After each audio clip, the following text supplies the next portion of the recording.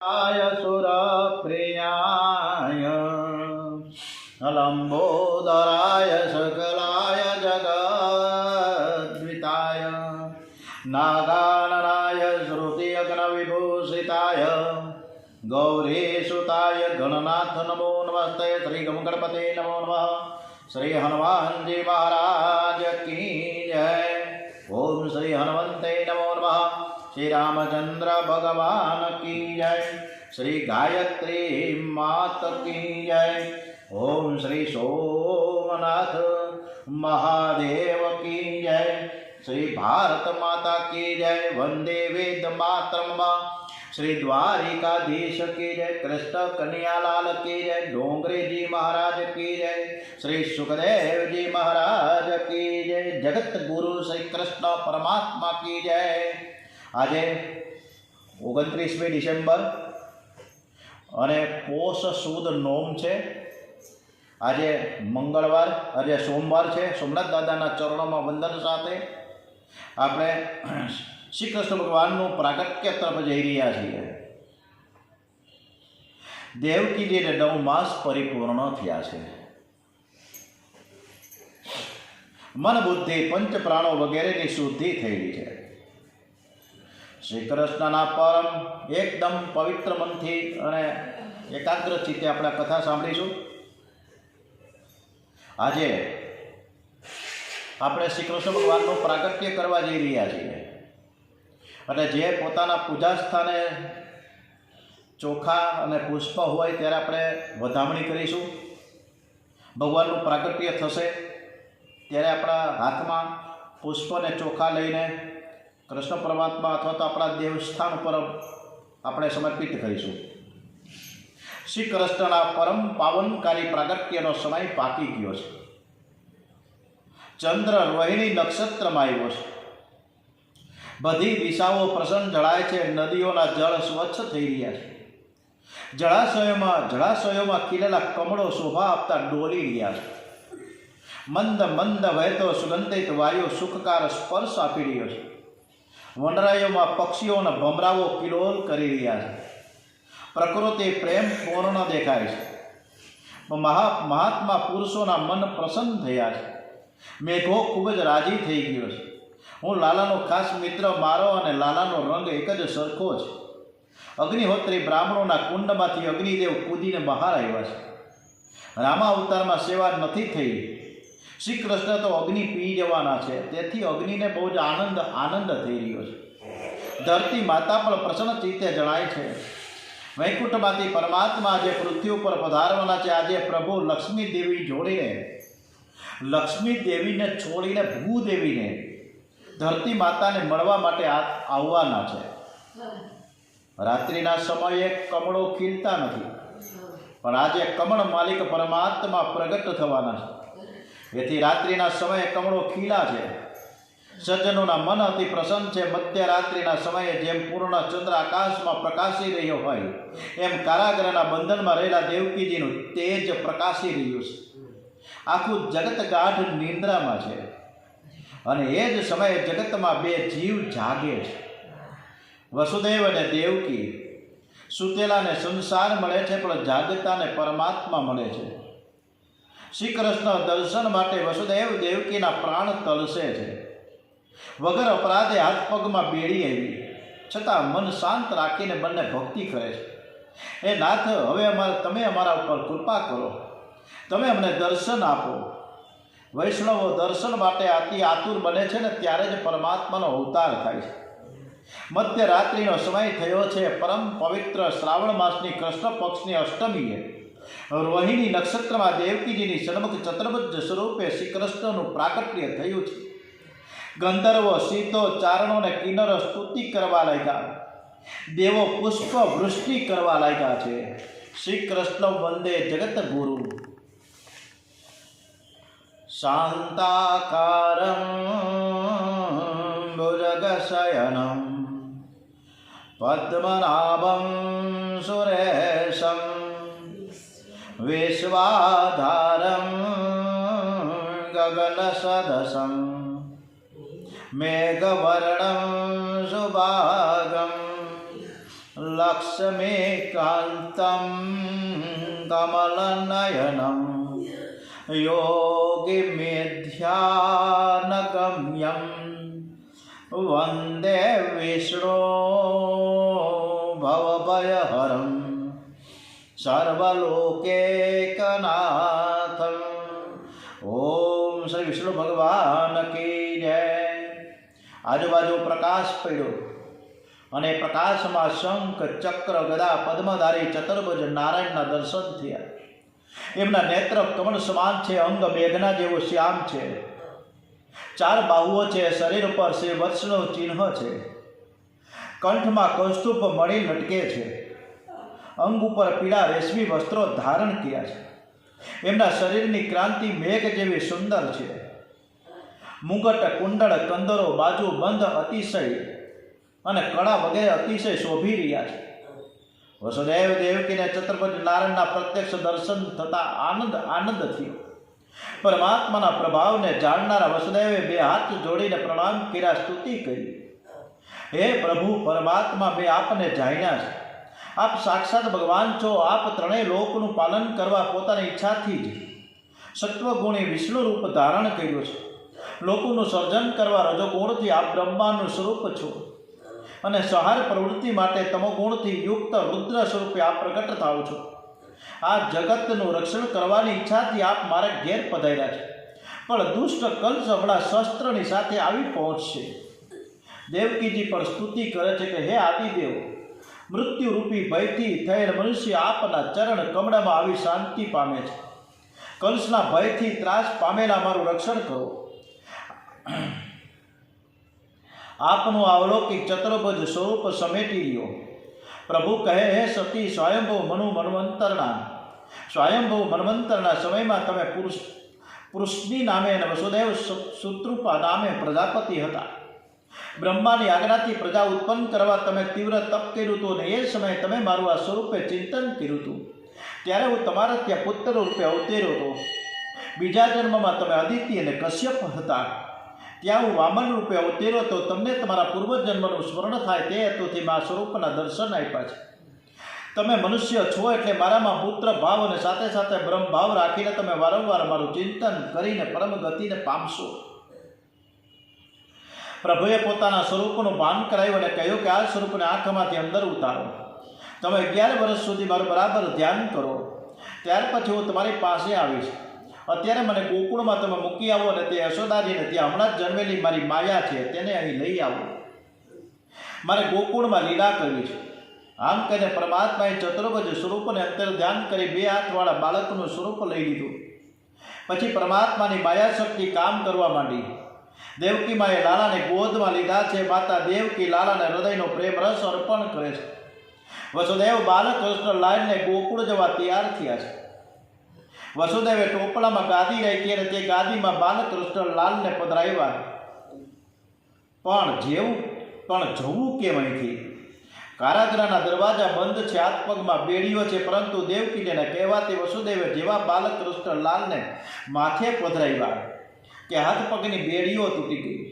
કારાગૃહના દરવાજા પણ ખુલ્લા થઈ ગયા.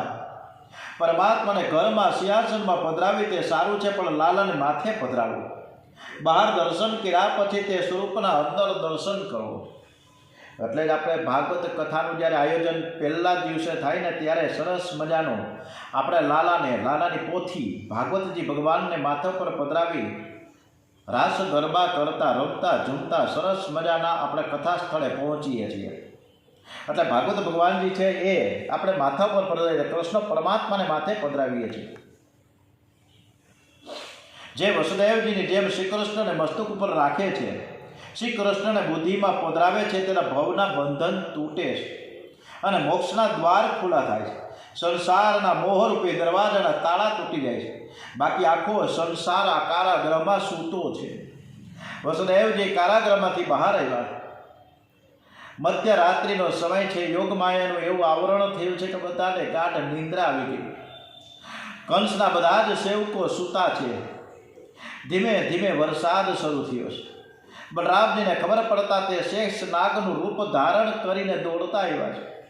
ફળાઓનું છત્ર ધારણ કર્યું. યમુનાજીને અતિશય આનંદ થયો. હજી તો યશોદાજી કોઈ ગોપીને દર્શન થયા નથી. પ્રથમ દર્શન યમુનાજીને થયા છે. યમુનાજીને દર્શનથી તૃપ્તિ થતી નથી. મારે પ્રાણનાથના સ્પર્શ, ચરણ સ્પર્શ કરવા છે. તેથી યમુનાજીના જળ વહ્યા, વસુદેવજીના ગળા સુધી જળાવ્યા. તેથી વસુદેવજી ગભરાયા છે. બાલકૃષ્ણ લાલને ખ્યાલ આવ્યો કે યમુનાજી મળવા માંગે છે. લાલાએ ટોપલામાંથી ચરણ બહાર કાઢ્યા છે. યમુનાજીએ પ્રત્યક્ષ ચરણ સ્પર્શ કર્યો. કમળની ભેટ અર્પણ કરી. બોલીએ શ્રી બાલકૃષ્ણ લાલ કી જય. ઓમ શ્રી કૃષ્ણ કન્યા લાલ કી જય. શ્રી દ્વારિકાધીશ કી જય. પરમાત્માનો જય જયકાર થયો છે. આકાશમાં દેવો ઋષિઓ આ બધું જ જુએ છે. તેઓ યમુનાજીના ચરણમાં વારંવાર વંદન કરે છે. અતિ આનંદમાં યમુનાજી સ્તબ્ધ થયા છે. ધીરે ધીરે જળ ઓછું થયું. વસુદેવ યમુના પાર કરીને ગોકુળમાં આવ્યા. યોગ માયાના આવરણથી ગોકુળમાં સર્વ ગાઢ નિદ્રામાં છે. યોગ માયા યશોદાજીને પણ નિદ્રાધીન કર્યા. તેમને પ્રસવ થયો છે, પણ પુત્ર છે કે પુત્રી તેનું તેને સ્મરણ ન રહ્યું. વસુદેવજી અંદર જઈને બાલકૃષ્ણ લાલને યશોદાજી પાસે મૂકી દીધા અને પથારીમાંથી યોગ માયાને ટોપલામાં મૂક્યા. વસુદેવજી લાલાને પ્રેમથી વારંવાર નિહાળે છે. હવે 11 વર્ષ પછી મને મળશે. મારું પાપ કેવું છે? પરમાત્મા હું બીજાને આપું છું ને માયાને ઘેર લઈ જાઉં છું. ગમે કે ન ગમે, પણ ઈશ્વરની આજ્ઞાનું પાલન કરવામાં જ આ જીવનું કલ્યાણ છે. યોગ માયાને ટોપલામાં રાખી વસુદેવજી ઝડપથી મથુરા પાછા ફર્યા. કારાગૃહમાં જ્યાં પ્રવેશ કર્યો અને ખુલ્લા દરવાજા હતા એ બંધ થયા. યોગ માયા અંદર આવે છે ત્યારે દરવાજા બંધ થાય છે. વસુદેવજીના હાથ પગમાં બેડીઓ પાછી આવી. કારાગૃહમાં યોગ માયા રડવા લાગી. કંસના સેવકો જાગ્યા એને રડવાનો વાસ સાંભળ્યો. કે તરત જ દોડતા જઈને કંસ રાજાને ખબર આપ્યા. કંસ રાજા દોડતા આવ્યા છે, ક્યાં છે મારો કાળ? એવો મને આપી દો. દેવકીજી ગભરાયા. તેણે કંસ રાજાને કહ્યું કે મેં તે મારા અનેક બાળકોની અહિંસા કરી છે. આ તો કન્યા છે, દીકરી છે. કન્યાને તું મારીશ નહીં. તને કન્યાદાનનું પુણ્ય મળશે. કંસ માનતો નથી. એણે યોગમાયાના બે પગને પકડીને પથ્થર ઉપર પછાડવા ગયો કે યોગમાયા તેના હાથમાંથી છટકી ગયા. માયા કોઈના હાથમાં આવતી નથી. આદિ માયાએ કંસના માથા ઉપર જોરથી લાત મારીને આકાશમાં ઉડ્યા છે. બોલીએ શ્રી અષ્ટભુજા ભદ્રકાળી માત કી જય. ભદ્રકાળી માં અંતરિક્ષમાં પ્રકટ થયા અને કહે કે હે મૂર્ખ, તને મારનાર કાળનો જન્મ થઈ ગયો છે. યોગમાયાનું જ કથન સાંભળી કંસ ગભરાયો. વિચાર કરવા લાગ્યો કે આકાશવાળીએ મને જે કહ્યું હતું એ દેવકીનો 8મો ગર્ભ મારો કાળ છે. આ જમાનો બદલાઈ ગયો કે શું? એટલે હવે આકાશવાળી પણ જૂઠું બોલે છે. કંસે દેવકી વસુદેવને બંધન મુક્ત કરી કારાગૃહમાંથી મુક્ત કર્યા. કંસને ખૂબ જ પશ્ચાતાપ થયો. એટલે દેવકીને વસુદેવ સમક્ષ પોતાના અપરાધની ક્ષમા માંગી. મેં તમારા બાળકોને માર્યા નથી, પણ મારા જ બાળકો માર્યા છે. હું ક્ષમા માગું છું. આકાશવાળીએ મને ખોટું કહ્યું હતું. તમારા બાળકોનું આયુષ્ય બહુ ઓછું હશે, તેથી જ મારી બુદ્ધિ બગડી હશે. દેવકીએ પશ્ચાતાપ કરનાર ભાઈને તેના અપરાધની ક્ષમા આપી. ભદ્રકાળી માતાજી જ્યારે પ્રગટ થાય ત્યારે તું કાલીને કલ્યાણી રે માં, જ્યાં જો ત્યાં જોગ માયા.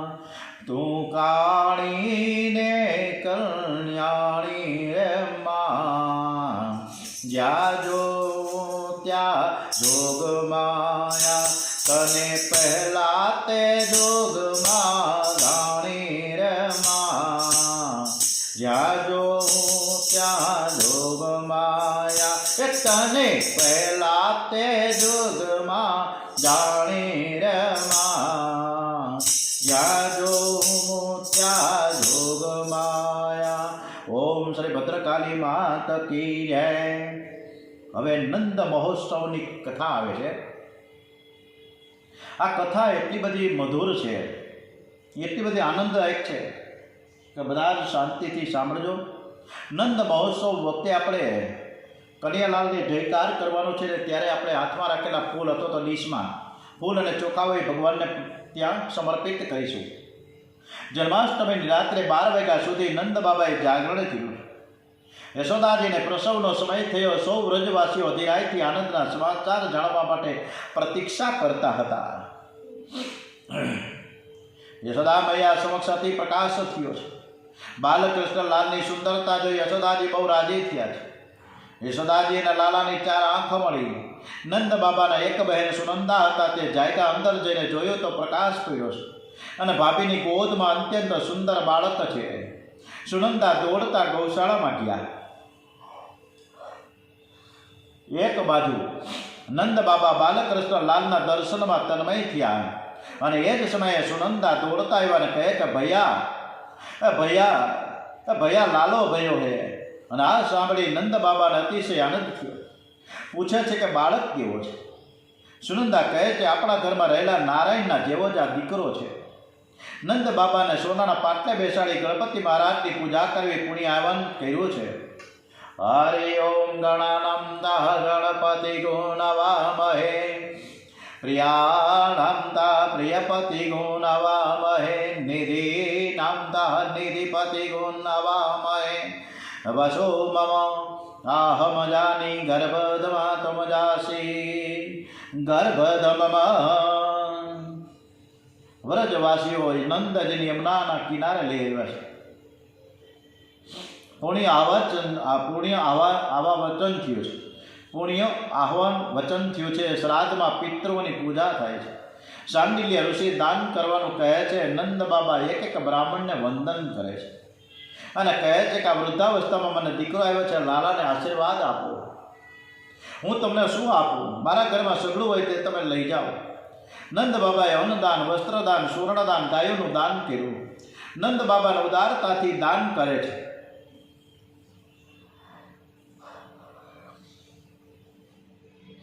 દાનથી ધન શુદ્ધ થાય છે. કેટલાક ઋષિઓ ગાયના રૂપમાં હતા.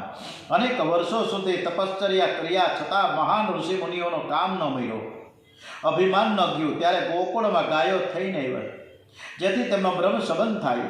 ગાયો પણ ઉત્સાહમાં આવી ગઈ. નંદ બાબાએ 2 લાખ ગાયોનું દાન કર્યું છે. એક બ્રાહ્મણને 4000 ગાયો દાનમાં મળી. ગાયોને લઈને ઘેર આવ્યા. પત્ની પૂછી કે આટલી બધી ગાયો તમે ક્યાંથી લાવ્યા? બ્રાહ્મણ જવાબ આપે કે નંદ બાબાને ત્યાં છોરો ભયો હે. બ્રાહ્મણી આનંદમાં નાચી રહ્યા છે. આનંદમાં નંદ ઘેરા આનંદ ભયો. જય કનૈયા લાલ કી. હાથી ઘોડા પાલકી. જય કનૈયા લાલ કી. નંદ ઘેરા આનંદ ભયો. જય કનૈયા લાલ કી. હાથી ઘોડા પાલકી. જય કનૈયા લાલ કી. ગોકુળમાં દરેકને એમ લાગે કે કનૈયો મારો છે. આજે તો લક્ષ્મીપતિએ વૈકુંઠ છોડીને વ્રજને વહાલું ગણ્યું છે. આજે સુખદેવજી મહારાજ કથા કરતા નથી. આજે તો સુખદેવજી મહારાજ દર્શન કરતા કરતા, કાનુડાના દર્શન કરતા કરતા કથા કરે છે. ગોકુળમાં સર્વ ગોપીઓએ પણ યશોદાજીને ત્યાં પુત્ર જન્મના સમાચાર સાંભળ્યા. ગોપીઓ હર્ષ ઘેરી થઈ છે. બાલકૃષ્ણ લાલના દર્શન માટે આતુર થઈને દોડવા લાગી. ગોપીઓએ સુંદર શૃંગાર કર્યો છે. લાલાને ભેટ અર્પણ કરવા ગોપીઓ અધીરી થઈ ગઈ. જાણે નવધા ભક્તિ દોડતી જોડતી અપરમાત્માને મળવા કેમ જતી હોય. કેટલીક ગરીબ ગોપીઓ બિચારી વસ્ત્ર આભૂષણો લાવે ક્યાંથી? એના ઘરમાં કાંઈ નથી, પણ મનમાં ભાવના એવી છે કે ખાલી હાથે ન જવાય. ઘરમાં દૂધ દહીંની ગોળી ભરેલી પડી હતી, તે માથે મૂકીને દોડવા લાગી. એમને લાલાના દર્શનમાં દેહ ભાન ન રહ્યું, તેથી પોતાને પોતે અભિષેક કરવા લાગી. આજે ગોપીઓના અંતરમાં આનંદ સમાતો નથી. બધી જ ગોપીઓ ભાવ વિભોર બની ગઈ છે. આજે ગોપીઓને જાણે સમાધિ લાગી ગઈ છે. લાલાને વારંવાર નિહાળે, લાલાને પ્યાર કરે છે. અતિ આનંદમાં તેનો દેહને ભાન નથી. ગોપી કે આજ સુધી નંદ યશોદા અમને આનંદ આપતા હતા, આજે તો પરમાનંદ એને ઘેર આવ્યા છે. લક્ષ્મી હાથમાં આવે તો જીવ નાચે તે, પરંતુ આજે તો ગોપીના હાથમાં લક્ષ્મીપતિ આવ્યા છે. અતિ આનંદમાં ગોપી નાચીએ છે. ગોપીઓ અંદર પ્રવેશ મેળવીને નાચી રહ્યા છે. પુરુષો બહાર રહી ગયા છે. જે ગોપીઓની પેઠે નમ્ર બને તેને ઈશ્વરના દરબારમાં પ્રવેશ મળે છે. સ્ત્રી એ નમ્રતાનું, દીનતાનું પ્રતીક છે. પુરુષ એ અહંકાર અને અભિમાનનું પ્રતીક છે. અહંકારીને ઈશ્વરના દરબારમાં પ્રવેશ મળતો નથી. પરમાત્મા શ્રી કૃષ્ણ પરમાનંદનું સ્વરૂપ છે. નિરાકાર આનંદ એ નિરાકાર શ્રી કૃષ્ણ રૂપે પ્રગટ થયા છે. નિરાકાર આંખને દેખાતું નથી, જેને કોઈ આકાર નથી, તે નિરાકારની સાથે પ્રેમ કેવી રીતે કરી શકે? એક ભાઈને એવી ટેવ હતી કે ચા પીવે પછી જ ઊંઘ આવે. આજે ઘરમાં કંઈ નથી એટલે તેઓ ચા પીધા વગર જ પથારીમાં પડ્યા. રાતના 12 વાગ્યા પછી તેને ઊંઘ ન આવે તેઓ પથારીમાં ભાગ્યા. ચા બનાવવા બેઠા. ચા બનાવવાની સામગ્રી એકઠી કરવા લાગ્યા ત્યારે ખાંડના ડબ્બામાં જોયું તો ખાંડ ન હતી. હવે કરવું શું? ચા પીતા વગર ઊંઘ આવે એમ ન હતી. વિચાર કરવા લાગ્યા. અચાનક એને યાદ આવ્યું કે તે પોતાના બાળકો માટે ખાંડના રમકડા ખરીદી લેવા હતા. એમને તે રમકડા શોધી કાઢ્યા. એમાંથી એક હાથીના 2 પગ તોડી નાખ્યા અને હાથીના 2 પગ તોડી અને એ જે ખાંડ હતી એ પગમાં ખાંડ હતી, કારણ કે ખાંડના રમકડા હતા ને. ખાંડ નાખી. ખાંડના રમકડામાં તમને ખાંડ જ દેખાય. ખાંડનું રમકડું એ ખાંડ જ છે, હાથી નથી. તેમ પરમાત્મા શ્રી કૃષ્ણના શ્રી અંગમાં આનંદ ભર્યો છે. ભગવાનના નામમાં આનંદ છે. જે સર્વને આનંદ આપે છે તેને ઘેર પરમાનંદ પ્રગટ થાય છે. સર્વનો આશીર્વાદ મેળવશો તો સર્વેશ્વર તમારા ઘેર આવશે. તમે બીજાને કંઈ આપશો તો તમે તેને મળવાનું છે. તમે બીજાને સુખ આપશો તો તમારા ઘેર કોઈ દિવસ દુઃખ આવશે નહીં. દરરોજ સુખ અને સુખ જ દેખાશે, પણ આપણી દ્રષ્ટિ સુખમય હોવી જોઈએ. આપણી દ્રષ્ટિ સકારાત્મક ભાવ હોવો જોઈએ. માનવનો જન્મ બીજાને સુખ આપવા માટે છે. બીજાને સુખી કરવાની ઈચ્છા રાખનારા કદી દુઃખી થતા નથી. હું સુખ ભોગવીશ એવી ઈચ્છા રાખનારો કદી સુખી થતો નથી. તમને જે ગમે છે તે બીજાને આપજો. તમને જે ગમતું નથી ને તમારા માટે રાખજો. આ સંસાર કર્મભૂમિ છે. જેવા કર્મ કરશો એવું ફળ તમને મળશે. કારેલાના બીજ વાવે ને કેરી ન મળે.